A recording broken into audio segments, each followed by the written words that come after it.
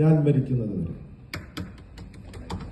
പലരും പല കുപ്രചരണങ്ങളൊക്കെ അഴിച്ചുവിടുന്നുണ്ട്. ബോച്ചയല്ല എന്നും ഫിജി കാട്ട് ഇനി അധികം മുമ്പോട്ട് പോവില്ല എന്നൊക്കെ. ഒറ്റ മറുപടിയുള്ളൂ, 162 വർഷത്തെ വിശ്വസ്ത പാരമ്പര്യമുള്ള ഈ ഗ്രൂപ്പ് 162 വർഷമായിട്ട് ഇവിടെയുണ്ട്. 4ാം തലമുറക്കാരാണ്.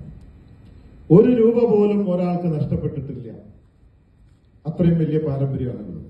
അത്രയും പാരമ്പര്യമുള്ള എത്ര പേര് ഇവിടെ ഉണ്ടെന്ന് എനിക്കറിയില്ല ഇന്ത്യയിൽ.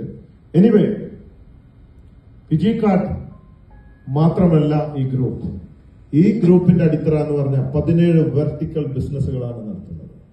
അതുകൊണ്ട് ഫിജി കാട്ട് തീർച്ചയായിട്ടും ശക്തമായിട്ട് മുമ്പോട്ട് പോകും. 2 വർഷത്തിനുള്ളിൽ ഇന്ത്യയിലെ നമ്പർ 1 കമ്പനിയാണ് ഫിജി കാട്ട്. മാത്രമല്ല, പേഴ്സണലായിട്ടും ലീഡർമാർ വഴിയും പല വഴിക്കൊക്കെ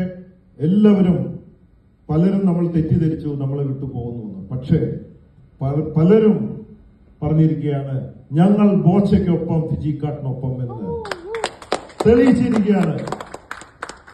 അതുകൊണ്ട് ഓഗസ്റ്റ് 1 തീയതി തൃശൂർ കോർപ്പറേറ്റ് ഓഫീസ് IQ അക്കാദമിയിൽ DSM എബോവ് മീറ്റിംഗ് വരാൻ പോവാണ്. അതിന്റെ കരുത്ത് തെളിയിക്കാൻ പോവുകയാണ്. പിന്നെ എന്തെങ്കിലും പറയാനുണ്ടോ?